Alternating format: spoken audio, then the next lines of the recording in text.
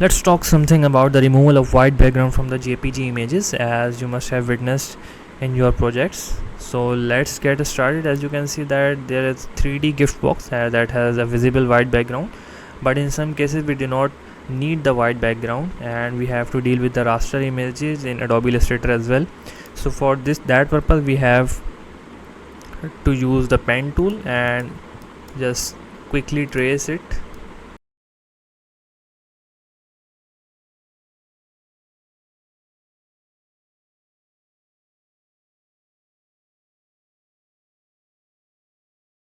So that was just the quick tracing of this gift box, and just in order to convey the idea behind that.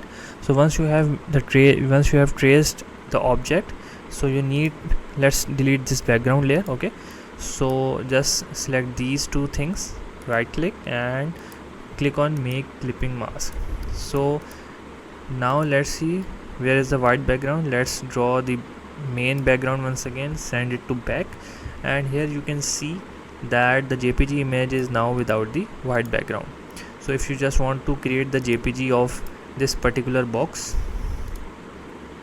okay, so Control Shift Alt S, and from here you can select PNG. Okay, you can adjust the size. Okay, and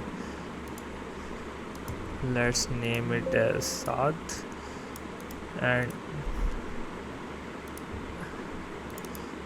now if you just open this image, you can clearly see that the image does not have the white background as it had initially. So this technique is known as clipping mask, and that can be very much useful in placing the shape behind placing the image inside a particular shape.